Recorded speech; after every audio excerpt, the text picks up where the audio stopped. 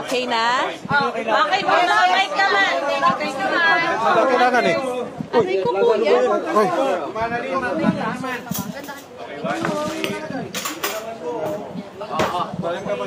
ko po yan. Sige, mic na. Thank you. Mic, kuya.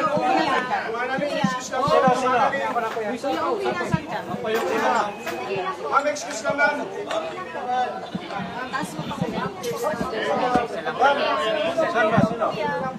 Sige po. Status lang po. Sandali, magbigay lang po kami ng status update. Sa ngayon po, Okay na lahat? Mapatatang po mamay. Alin ang sabaw? Luwag po tayo, luwag tayo. Ma'am, sorry. pababa to, bababa pa.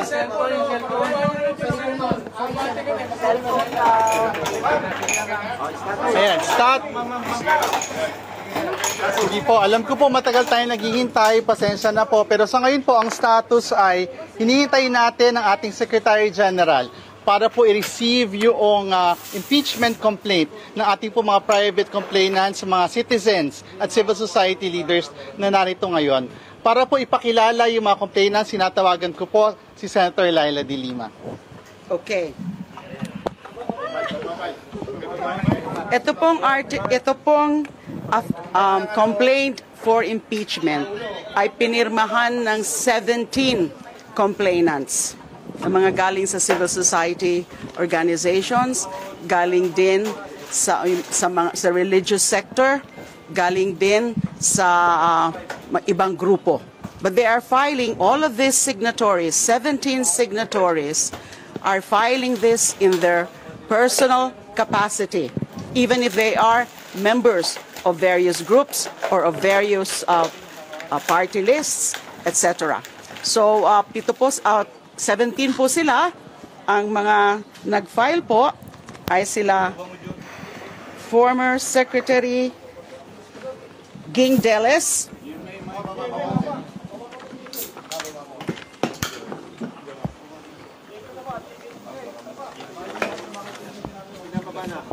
former Secretary Ging Deles, Father Flaviano Villanueva, SVD, Gary Alejano of the Magdalo, and Alice Murphy as the Urban Poor Group,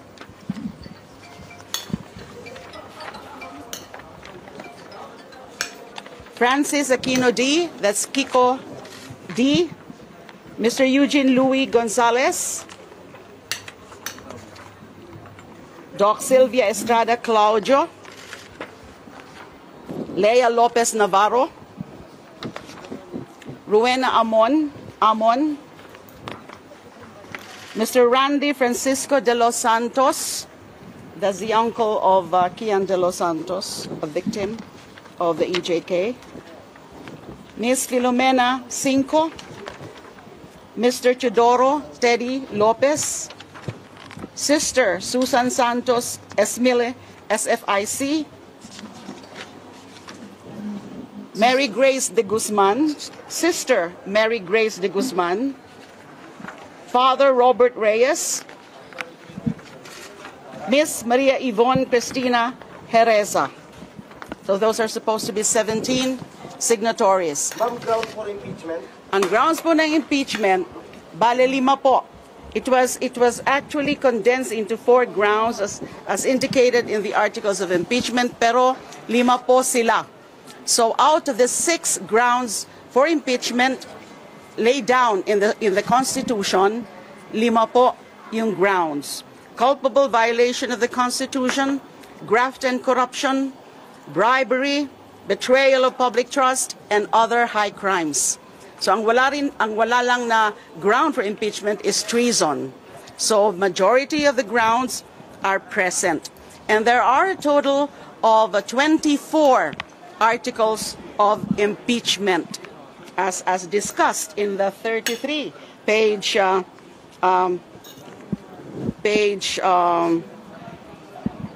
complaint. So, among the articles po are the misuse, the failure to account, the intel and confidential funds of both the Office of the Vice President and also of the Department of Education. And nandyan din po yung grounds like yung kanyang mga threats, yung kanyang mga rants during the press con in October 18 and the second one in November 2024. Because these are very unbecoming and these are actually betrayal of public trust because these are also high crimes, yung kanyang mga threats doon sa latest na mga rant niya o kanyang mga meltdown. Meron din as an article about her involvement also in the extrajudicial killings during her term as mayor of Davao City. There are other grounds, let me just so that I can be very sure of this. How do you?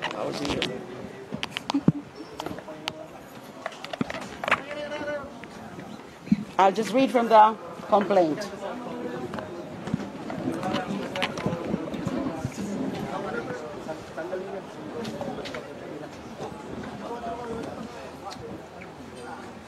But ma'am, you're also included po sa complainant. Part of the complainant. Complainant din po kayo, ma'am? No, I did not sign as a complainant. I'm supporting this move, and at the same time, I was designated by the group as a spokesperson. But there are actually two signatories who are part of the ML, or Mamamayang Liberal, in the same manner that there is a signatory part of Magdalo and a signatory part of Akbayan. And the endorser is Congressman Percy of Akbayan. Based on your information, where is the Secretary General? O for sure ba, i-receive na yun ng Office of the Secretary General yung impeachment complaint? Opo, yun po ang ano namin, pinapahintay nga po kami. Kasi I think he's attending to another official duty of his. So his staff told us to just wait for him.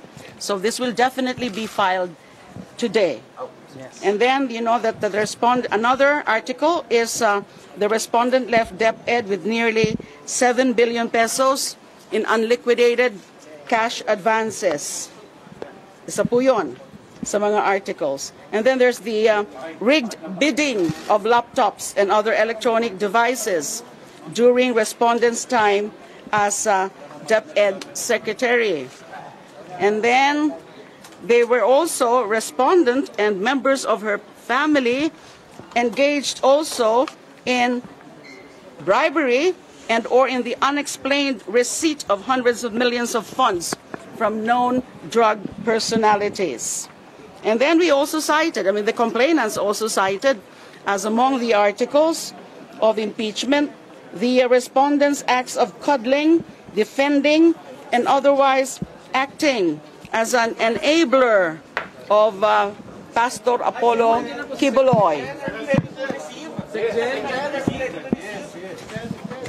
So we will be filing this, and it's good that the section is here already. How do you feel lang? Kasi si President Bongbong Marcos has already sent a message to the Alam nyo, Muna po kami, babalik po alam sa nyo, Isang tanong.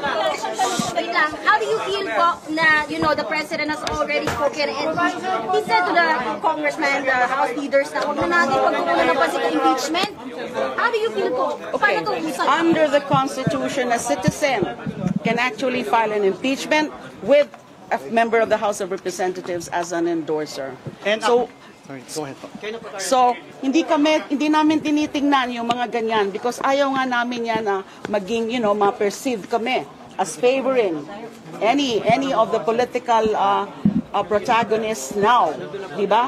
Talagang decision po ito ng mga individual na mga nag-file coming from various groups. Ayaw naming kumumpas o sumama sa kung anuman na mga moves nila yung mga nasa gobyerno ngayon, including the president. We cannot be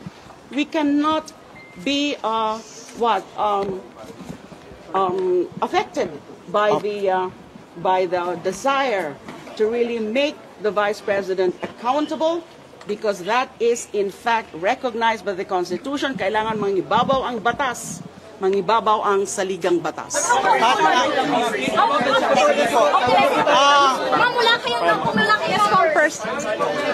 Ang aksayan po ay mag-endorso nitong impeachment complaint sa kabila po ng mga balita noong nakaraang linggo na may mga sinabi ang Malacanang at ilang political leaders na huwag daw pong ituloy.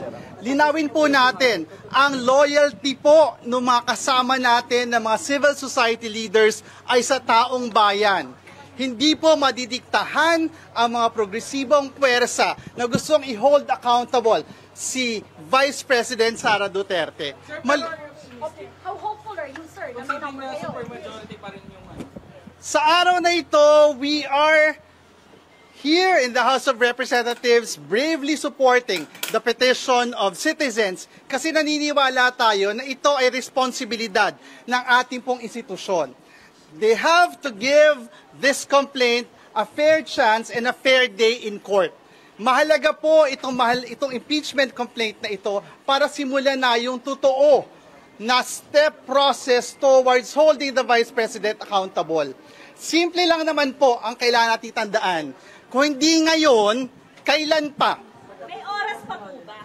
Magkakampanya na rin, sir. Naniniwala po tayo kapag gusto, may paraan. At yung paraan po na yon ay paraan para panagutin ang mga nang-aabuso sa kapangyarihan at ninanakawan ng taong bayan. Isa lang kayo na nag-endorse?